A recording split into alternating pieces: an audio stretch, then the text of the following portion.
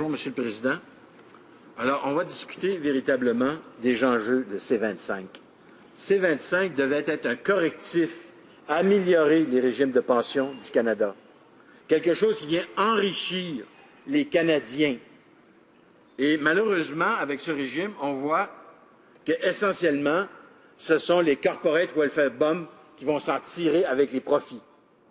Il faut comprendre comment ce système-là se finance.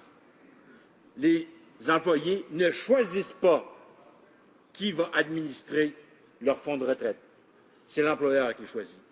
Le niveau de risque de l'investissement où va être placé l'argent de ce régime de pension, ce n'est pas eux qui le choisissent. C'est encore une fois l'employeur. Cet employeur qui, paradoxalement, choisit le niveau de risque, il choisit l'administrateur, est en conflit d'intérêts vis-à-vis de cet administrateur-là. Imaginez-vous qu'il va faire affaire avec des institutions financières avec qui il négocie sa marge de crédit, le prix de ses assurances et tout l'ensemble des produits financiers qu'une entreprise peut avoir besoin. Conflit d'intérêts flagrant. En plus de ça, le gouvernement, dans la loi, indique que cet entrepreneur n'est pas obligé, n'est pas redevable devant la loi, n'est pas responsable de ses actes. S'il choisit le plus mauvais administrateur, s'il choisit le plus mauvais niveau de risque, il est blanchi de par la loi même. Il y a une exonération légale incluse dans ces 25. Il faut le faire, hein? On est en faveur des corporate welfare bombs, on ne l'est pas du tout, hein? Vous l'êtes totalement. Et C25 en est le plus parfait exemple. Vous avez décidé que peu importe le rendement sur les investissements, qu'ils soient positifs ou négatifs, l'institution financière va être la première bénéficiaire. Imaginez-vous ça. Il charge des frais administratifs. Peu importe le rendement, les frais administratifs seront chargés. Après ça, il se donne une marge bénéficiaire. Bon, c'est une entreprise privée, hein? En troisième lieu, dépendant du niveau de risque, ils auront droit de se verser des bonus. Après ça, vient l'inflation.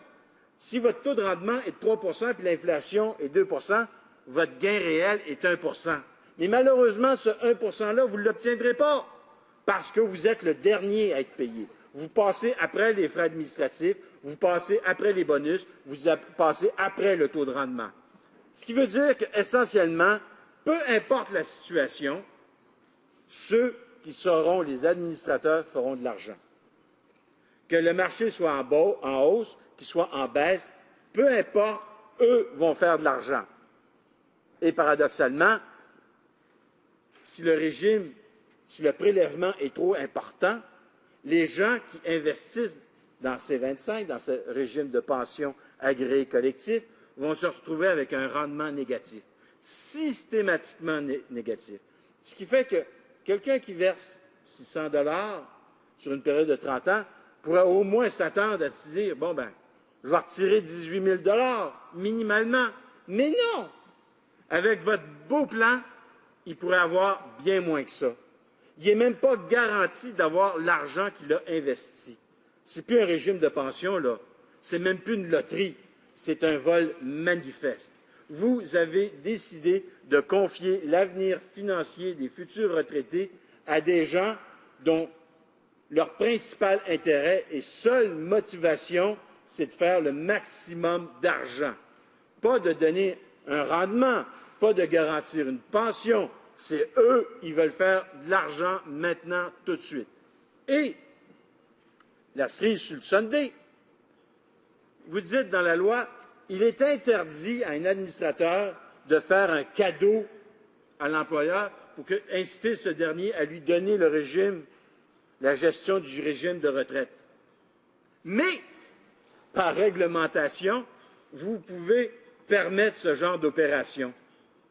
Vous dites non seulement déjà il y a un conflit d'intérêts manifeste, mais vous légalisez le pot de vin. Il faut le faire, là.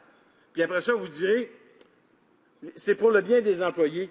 Moi, j'aimerais ça que, minimalement, on avait proposé que le rendement soit déterminant au niveau du droit de charger des frais administratifs. Si vous gérez bien le fonds de pension, vous aurez droit de charger une facture. Mais si vous le gérez mal, vous ne serez pas payé. Bref, que l'administrateur assume une part du risque.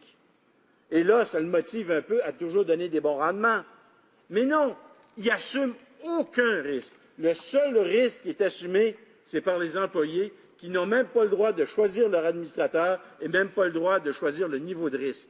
Et ça, c'est manifestement un abus. C'est là où systématiquement C25 vient jouer à l'encontre des travailleurs et des travailleuses. C'est pas un régime de pension, c'est un produit financier. C'est un produit financier éminemment toxique à hauteur des actions de pacotier qu'on a connues dans les années 70-80, à hauteur des papiers commerciaux qu'on a connus en 2008. C'est aussi toxique que ça. Il ne faut impérativement pas que les gens investissent là-dedans. Je leur dis, et je profite de cette tribune pour leur dire, la dernière chose à faire, c'est d'accepter de participer à ces régimes-là. Allez vous acheter une maison. Vous parlez beaucoup des régimes de pension, mais à l'heure actuelle, ce qu'on remarque, c'est que jamais les Canadiens n'ont aussi été autant des propriétaires de leur logement. Bien souvent, l'investissement principal des Canadiens, c'est dans leur résidence. Et ça, c'est intelligent. Mais ça, vous n'en tenez pas compte. Vous dites qu'il y a 60 des gens qui sont sans régime de pension. Ce n'est pas vrai. Les Canadiens investissent dans leur pension en investissement dans leur maison. C'est un bien capital. C'est un bien qui prend de la valeur. Et au lieu d'en perdre, comme ce que vous leur proposez. Monsieur le Président, comment parler d'un régime, d'un parti politique, d'un gouvernement qui systématiquement va défendre les mieux nantis? Il ignore les besoins de l'ensemble des Canadiens pour parler uniquement aux 1 de la population, les plus riches. Depuis que vous êtes là, il y a eu un accroissement de l'écart entre les riches et les pauvres. Les pauvres sont devenus plus pauvres et une bonne part de la classe moyenne canadienne, bref, l'immense majorité des Canadiens, et vos petits amis, des corporate welfare bums, eux autres sont devenus encore plus riches. Et ça, ça ne vous dérange pas. Ça, manifestement, vous êtes même en faveur de ça. Ce genre de régime gouvernemental qui dépossède l'immense majorité des gens pour favoriser les petits amis, ça s'appelle une kleptocratie. C'est exactement ce que nous avons en face de nous, Monsieur le Président. Des gens qui ne travaillent qu'en fonction des plus riches, dans l'espoir qu'un jour, peut-être, probablement, que ces gens extrêmement riches vont prendre leur richesse et vont l'investir. Ils vont acheter des biens et ça va faire tourner l'économie. Sauf que ce qu'on voit depuis 10 ans, c'est que ces gens-là n'investissent pas au Canada. Ils prennent leur argent au Canada et l'investissent dans des pays étrangers. Ils prennent leur argent et l'investissent dans des produits financiers, dans des acquisitions d'autres compagnies. Ça ne crée pas un seul emploi, ça. Même, ça en fait perdre. Vous aviez des possibilités d'agir pour éviter que des choses comme Nortel se reproduisent, comme Abitibi-Bowater se reproduisent. Vous n'êtes pas intervenu. Non, non, non. Ça, vos amis, les corporate welfare bums, n'en voulaient pas de ces interventions-là. Ils ne voulaient pas de la réglementation. Et cette réglementation-là est toujours pas là dans C25. Vous ne réglementez pas C25. Merci, Monsieur le Président. Vous laissez aux gens, vous dites, le marché va déterminer. Bien, le marché, là, à l'heure actuelle, il ne tourne pas en faveur des travailleurs et des travailleuses de ce pays-là. Il fonctionne uniquement en fonction des gens que la kleptocratie d'en face, les gens qui ne travaillent qu'en fonction des plus riches, ont décidé de encore et systématiquement favoriser les plus riches. Ce régime-là de pension agréée est un produit financier éminemment toxique. J'invite tous les Canadiens à ne pas investir un sou vaillant là-dedans. C'est une perte assurée. Les seuls qui vont en tirer de l'argent, c'est ceux qui vont les administrer.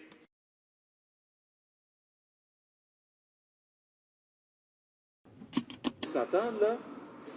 Les corporate welfare bums, ça fait référence à des entrepreneurs qui n'assument jamais un risque financier, même dans l'investissement. Ils se débrouillent pour qu'on paye toujours à leur place. S'il y a de l'argent à faire, c'est eux autres qui la font, et s'il y a un risque, une perte financière, c'est la communauté des Canadiens qui l'assume. Si vous avez été un entrepreneur de ce genre-là, c'est bien triste pour vous, mais vous faites partie des corporate welfare bombs. Si vous n'en avez pas été et que vous avez été quelqu'un d'honnête qui assumait ses risques et qui assumait la dangerosité d'une opération financière, je vous en félicite. Mais pour ce qui est des investissements, là, où est le risque des administrateurs? Il n'y en a aucun. Ils se payent les premiers. Même quand c'est déficitaire, même quand il y a une perte de rendement, ils se payent les premiers. Ils accentuent la perte. Elle est où votre concept de risque là-dedans pour un entrepreneur? Vous dites que l'entreprise privée, c'est une bonne chose. Dans ce cas-là, ce n'est pas une entreprise privée. C'est tout simplement, vous vous sauvez avec le cash, puis vous nous laissez la facture.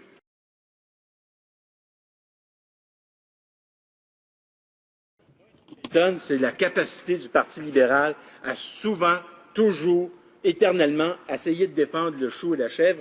Et, en conclusion, on découvre toujours que la chèvre a mangé le chou. Et ils découvrent, eux autres, ils sont consternés que la chèvre ait mangé le chou. Le problème de ce produit financier-là, c'est que vous n'osez pas reconnaître, c'est qu'il est éminemment toxique. On ne doit pas investir de l'argent dans quelque chose qui ne vous garantit pas un rendement minimum. C'est un régime de pension. Ce n'est pas un risque financier que vous payez. À l'heure actuelle, le représentant du Parti libéral aimerait bien qu'on occulte cette réalité pure et simple. Les gens à 65 ans vont devoir avoir un revenu minimum garanti, ce que ne leur garantit absolument pas ce produit-là.